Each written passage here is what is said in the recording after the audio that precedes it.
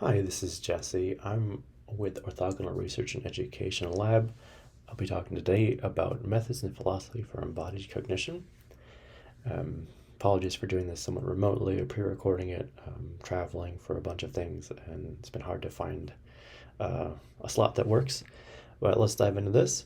A brief overview of today's talk is a little background on the Cognitive Science Project, um, competing schools of thoughts, what we're doing at Conditioned Futures in the reading group, and sort of the eras of our current project. Um, we're doing a bit of a methods and philosophy project and kind of giving you an overview of where we are and why we're doing what we're doing. I kind of like to start with this paper a lot just because it's the title's great and Nunez has done quite a lot of stuff, and it sparked a lot of interesting discussion and feedback and pushback saying, oh no, cognitive science has moved forward.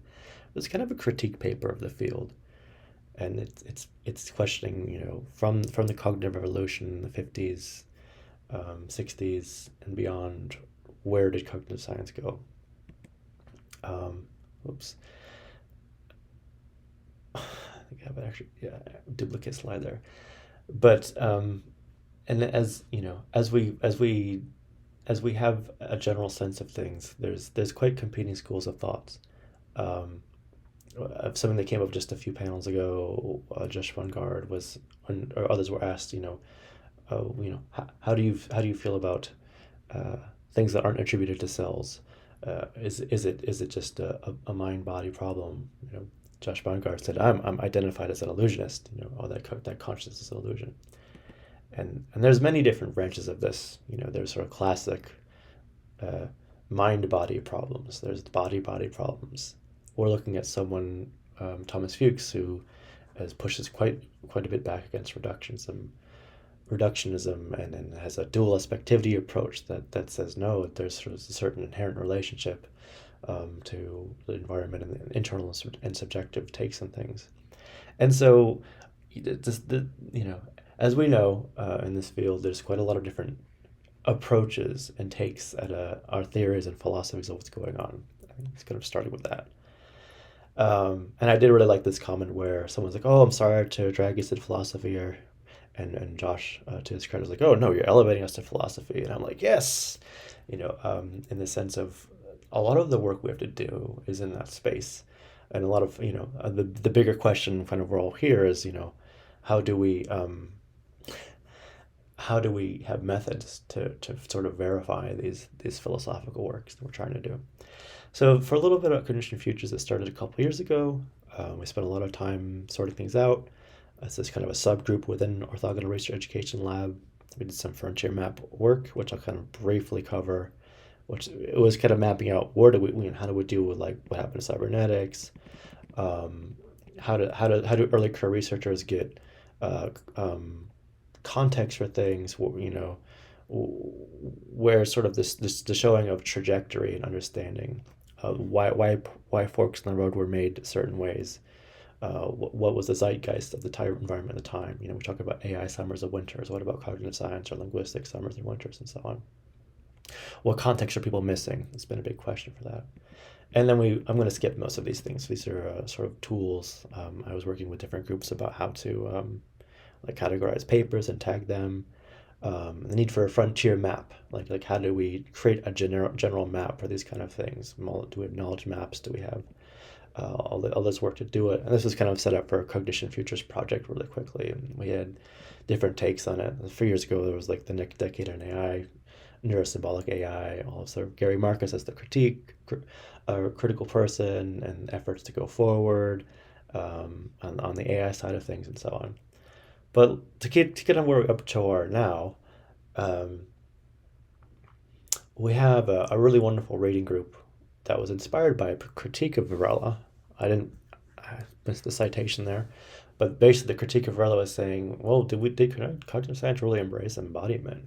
And he was kind of suggesting what are better methods to do that. I think he proposed um, like a video footage or different ways of getting footage that can create mediums for interaction and better understanding of in this case, the human being's personal experience. And a lot of the big issue in on becoming aware was how do we get these sort of you know, phenomenological interviews.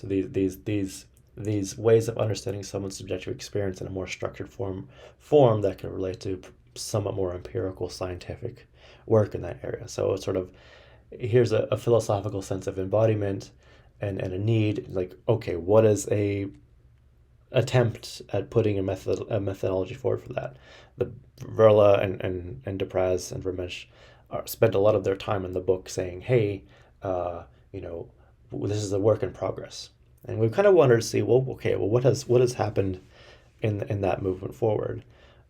Thomas Fuchs has been a bit really major polemic against reductionism, really saying no, the brain isn't doing it, it's the whole person. We have to see it at a person level. The brain offers a medium for relating, but we cannot just say, oh, the brain and the cells are doing this. And he uses these concepts of like horizontal and vertical causality and resonance and all of these ways to kind of try to frame things out as no, we have to see certain things as happening at the person and relational level outright.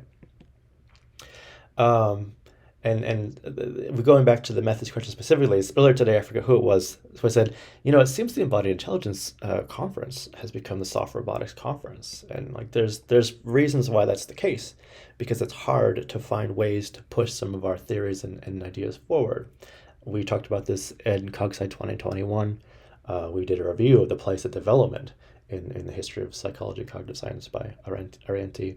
And we had this discussion about, like one of her conclusions was maybe in robotics, maybe in soft robotics or these other arenas, we can get a physical medium to test these things, which is kind of why we're all here studying at this event.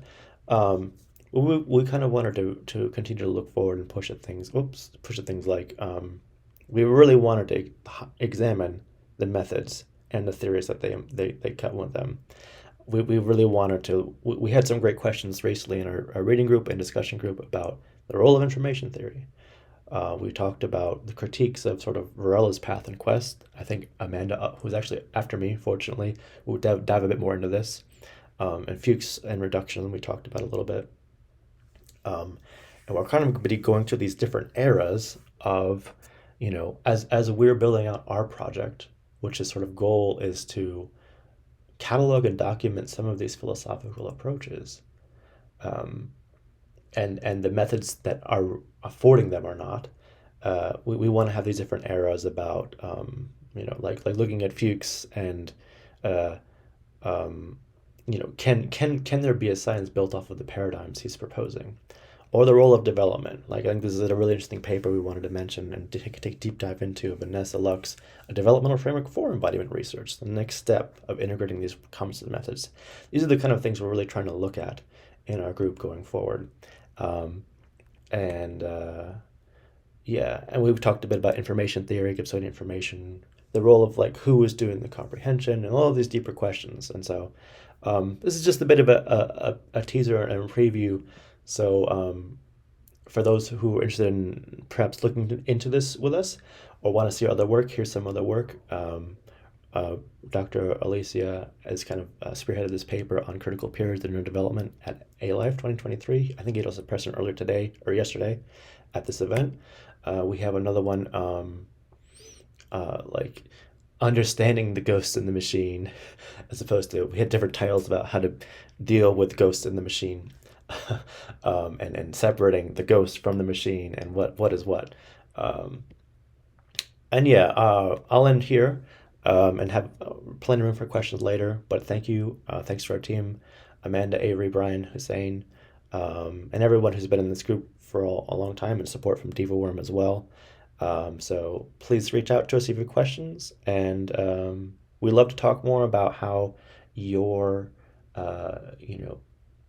methods and your philosophy and research you're doing are related, and why you're choosing those methods and why they're choosing those philosophies within them. And we have some internships open as well, but happy to talk more later, and thanks so much for your time.